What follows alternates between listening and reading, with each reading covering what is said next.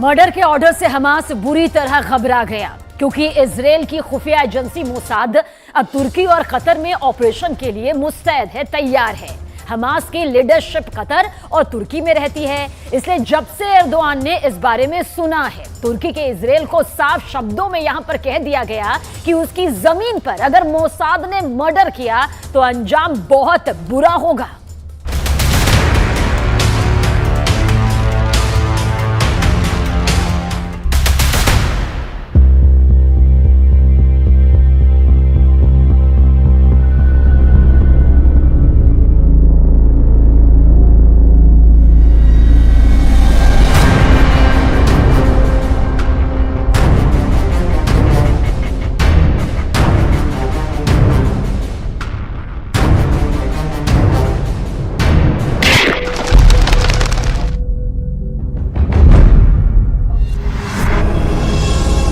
Mossad पहुंच गया है। मोसाद कतर में भी है। मोसाद तुर्की में भी है। मोसाद ईरान में एक्टिव हो गया है।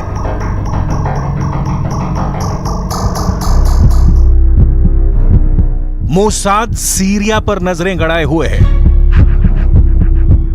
मोसाद लेबनान में भी चौकन्ना हो गया है।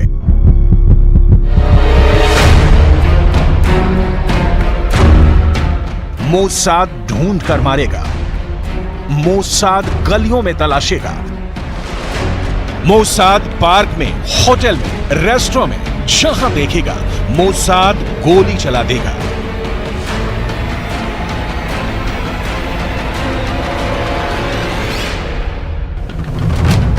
मोसाद को देखकर तुर्की परेशान है। मोसाद को देखकर कतर टेंशन में है। मोसाद को देखकर सीरिया बेचैन है। मोसाद को देखकर ईरान हक्का बक्का है। मोसाद को देखकर लेबनान के भी होश उड़ गए हैं। मोसाद की आंखों में बदला है। मोसाद में ऐसा जिगरा है कि इजराइल के दुश्मन पानी नहीं मांगते। ये बात हमास भी जानता है कि 7 अक्टूबर को हमला उसके एनकाउंटर का स्टेज तैयार कर दिया है। मोसाद मारेगा और दिल खोल कर मारेगा। मोसाद दूसरा मौका नहीं लेगा। मोसाद पहले अटैक में काम तमाम कर देगा।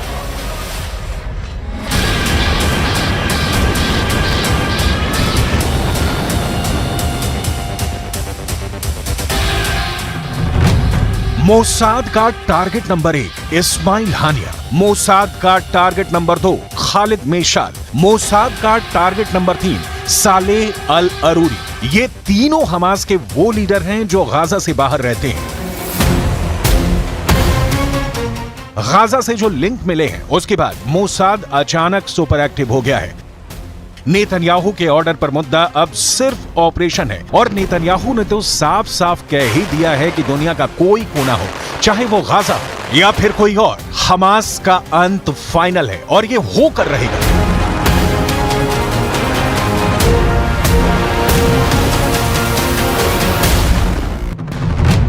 इजराइल की खुफिया एजेंसी 3 हिस्सों में बटी है। पहली है शिन बेत, जो इजराइल की आंतरिक सुरक्षा देखती है, खुफिया जानकारी जुटाती है, ऑपरेशन करती है। दूसरी है अमान, जिसे मिलिट्री इंटेलिजेंस कहा जाता है। और तीसरी है मोसाद, जो विदेशों में इजराइल के खुफिया ऑपरेशन को अंजाम देती है। अब यह खबर है कि शिन बेत के चीफ रोनेन बार का एक ऑडियो वायरल है। रोनेन बार ने कहा है कि हमास के लीडर चाहे तुर्की में हो, सीरिया में हो या फिर कतर में, हम उन्हें मार गिराएंगे। इसमें कुछ वक्त लगेगा लेकिन वो जिंदा नहीं बचेंगे। ये धमकी गंभीर है।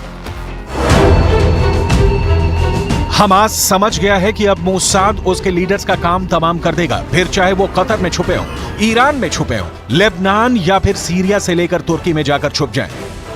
Her gün bir başka yabancı düşmanı, ırkçı, ayrımcı, şu anda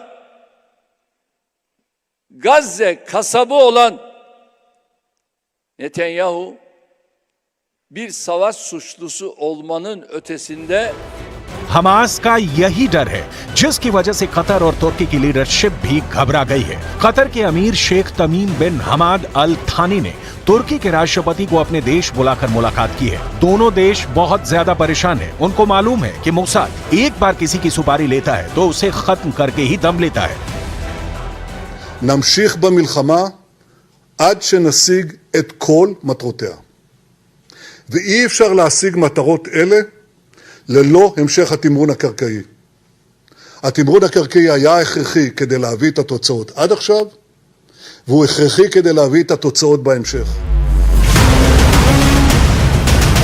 अब मोसाद ने हमास के टॉप लीडर्स को खत्म करने का फैसला किया है और उसके टारगेट पर हमास के 3 लीडर हैं जो गाजा या वेस्ट बैंक पे नहीं बल्कि दूसरे देशों में रहते हैं।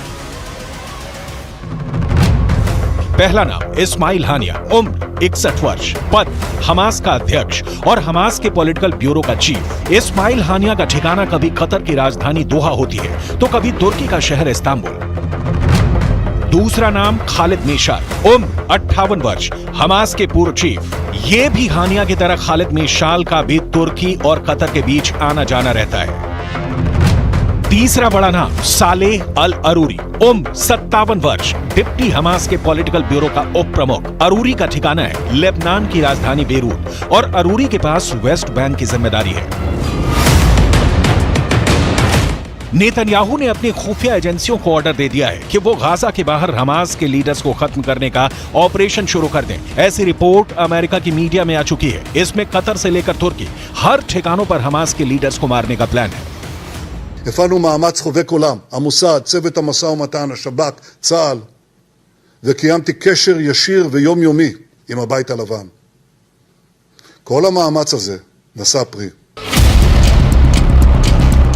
हाल में आया शिन बेत के चीफ रोनेन बार का एक वीडियो पहले ही काफी चर्चा में रहा है। इस वीडियो में रोनेन बार को इजरायल के सेनाध्यक्ष हर्जी हलेवी के साथ एक मोर्चे पर देखा गया था। दोनों ही इजरायल की सुरक्षा व्यवस्था में शीर्ष पर हैं और अब मोसाद के साथ शिन बेत का रोल बेहद अहम हो जाता है। ये अलग बात है कि मोसाद और शिन बेत इजरायल का पूरा खुफिया महकमा हमास के हमले को लेकर बेखबर रहे और अब तो ऐसी भी रिपोर्ट है कि इजरायल की खुफिया एजेंसियां सब कुछ जानते हुए भी हमास को रोकने में नाकाम रही हैं।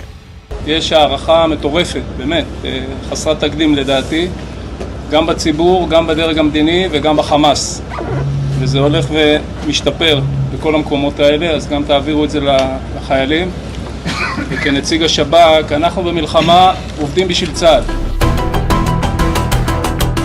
7 अक्टूबर के हमले को 1973 में हुए हमले के बाद सबसे खतरनाक अटैक बताया गया है। उसके बाद इजरायल की बमबारी से जो भी हुआ हो, चाहे उसने गाजा को पूरी तरह मिटाने वाली बमबारी की हो, लेकिन सच यही है कि इजरायल की खुफिया एजेंसी शिन बेत और मोसाद की हैसियत पूरी तरह मिट्टी में मिल चुकी है। हमास के हमले के खतरे को ख्याली बातें बताने वाले अफसर को लेकर कुछ और बातें पता चली हैं। इजरायल के एक सरकारी चैनल कान की रिपोर्ट है कि हमास के हमले की ऐसी वार्निंग सैनिकों ने अपने वरिष्ठ अफसरों को दी थी। वार्निंग में बताया गया कि हमले के दौरान विमान को गिराया जा सकता है और फिर हमास इजरायल में कई जगह अपने झंडे लगा देगा।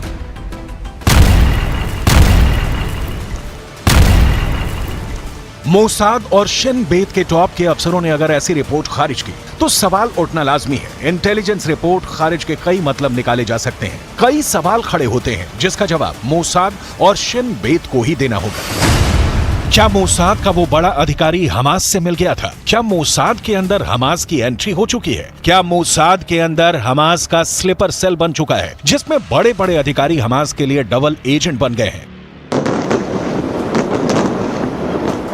ये सवाल इसलिए उठते हैं क्योंकि इजरायल के लिए हमास हमेशा सबसे बड़ा खतरा माना गया है और अगर मोसाद का कोई बड़ा अफसर बड़े हमले के इंटेलिजेंस रिपोर्ट को लेकर कहे कि ये ख्याली बातें हैं तो सवाल तो उठेंगे।